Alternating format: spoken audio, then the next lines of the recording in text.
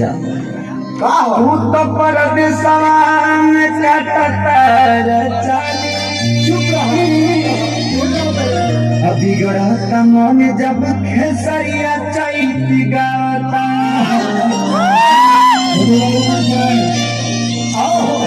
देखिए का कर दिया रजिया भैया कि घाम लगता रे अभी घाम लगता कि घाम लगता रे राजा घाम लगता आखिर काठी में घाम लगता रे राजा घाम लगता घाम लगता रे राजा घाम लगता बहरम करे लाल टूटा बहरम करे लाल चैत में हमरा घाम लगता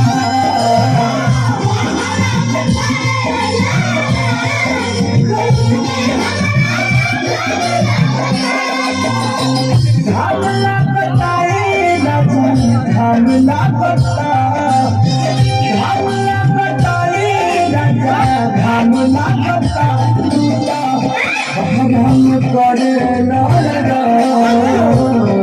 टूटा बहरम करे लाल चैत में हमरा घाम लगता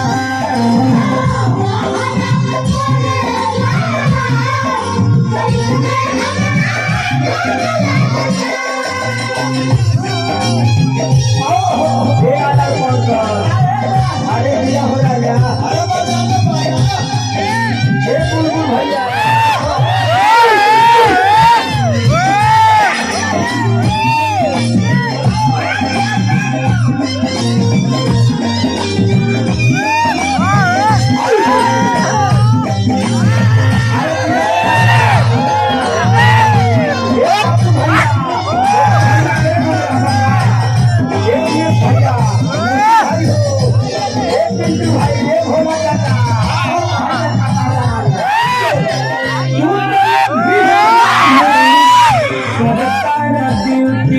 पछुआ के हवा मुर्गी गाड़ी देता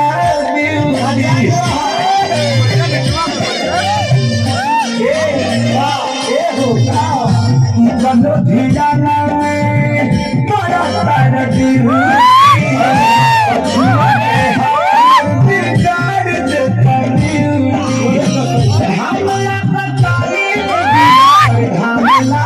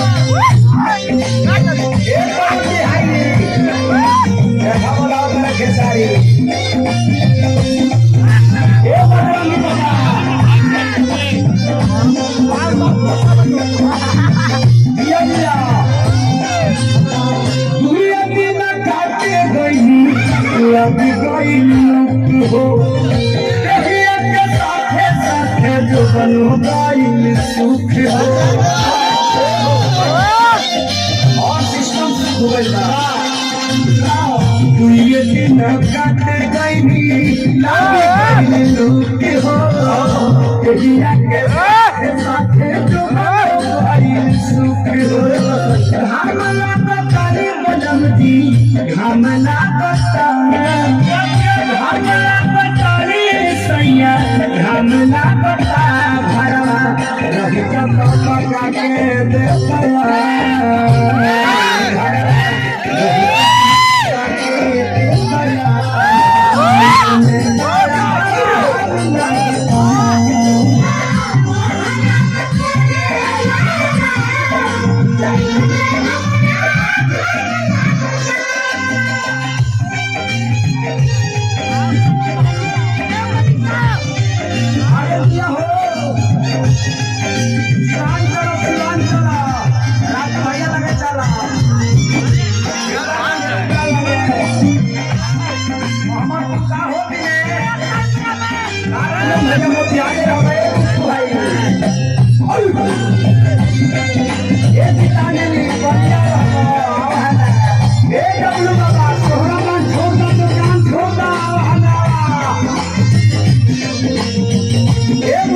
बड़ा वियोग बा। अरे क्यों?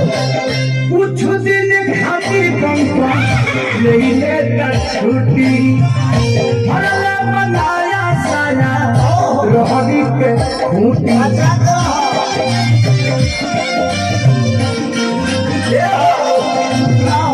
कुछ दिन खातिर पंपा ले लेता छुट्टी भरला बनाया साया रोहनी के खूंटी हमला बताए हमला बता हमला बताए हमला बता करे ना खेसरिया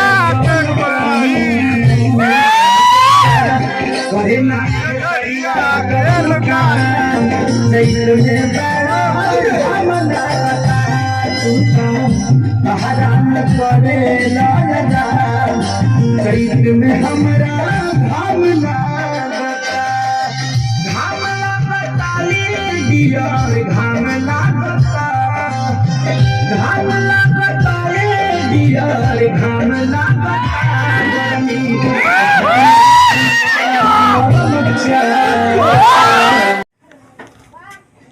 चलिए एक और वीडियो में आपको आ चुका हूँ, जो एक वीडियो और है जो माही मनीषा का है। ये चैतावर बहुत मस्त डांस है और प्रोग्राम भी बहुत मस्त है। आप इस प्रोग्राम को देख सकते हैं जिस हिसाब से इस प्रोग्राम को आप देख सकते हैं, जो इतना लाजवाब प्रोग्राम है और इतना मस्त कि हम क्या बताएं। आप खुद देख सकते हैं अपने से, क्योंकि इस वीडियो में पैसा का बारिश हो चुका है।